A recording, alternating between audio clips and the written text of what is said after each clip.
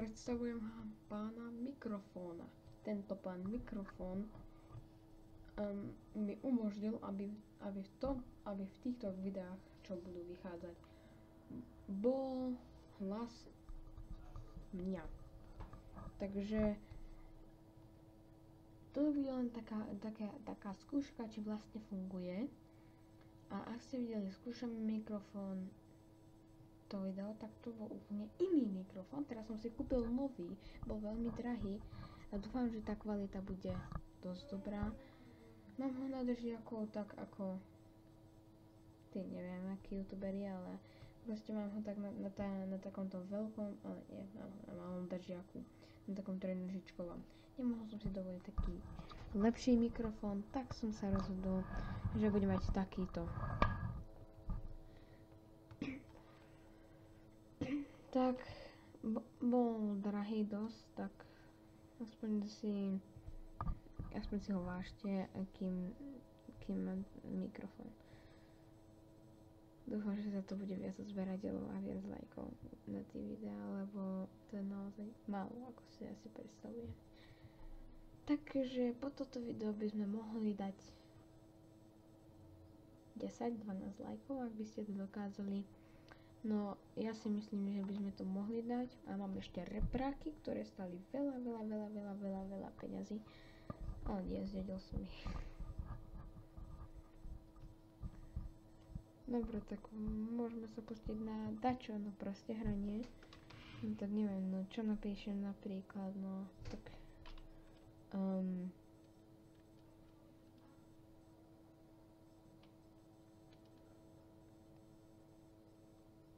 Neviem, no asi nejdem nič hrať, lebo toto bude len skúšobná vec, že ako mikrofón, ten všetko, či funguje, či tam dá čo šuští, či nie. Uvidím, keď to budem spracovávať, čo mi na to povie spracovanie.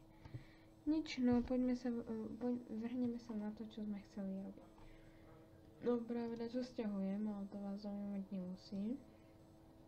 Vyjde z toho séria, takže je to Castle Clash, no Clash Royale alebo Clash of Clans mi nejde na kompa, jedine tak platenie, a to iba ľudka, takže vedie som vám. Len teraz by som vám chcel povedať, že čo vám treba na nahrávanie a vlastne na editovanie všetkoho toho. Takže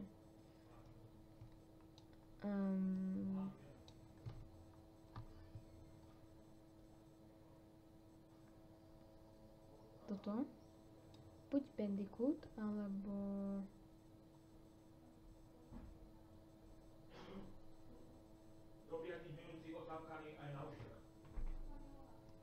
Fantastic.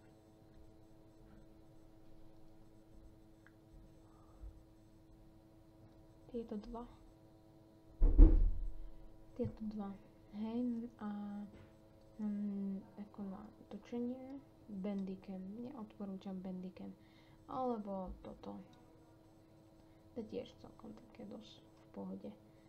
A ako hru, ktorú by ste mohli tak, ako každý, proste Minecraft je proste také, čo sa používa pri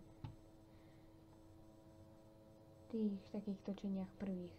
No, neviem čo povedať, no ja už budem za chvíľu končiť, bolo to také len ukážem mikrofón, či bude fungovať, som zvedavý.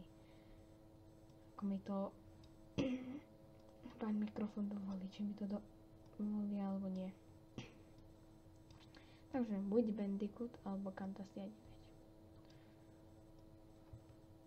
Alebo potom ešte staršiu verziu. Dobre, tak toto už bude koniec.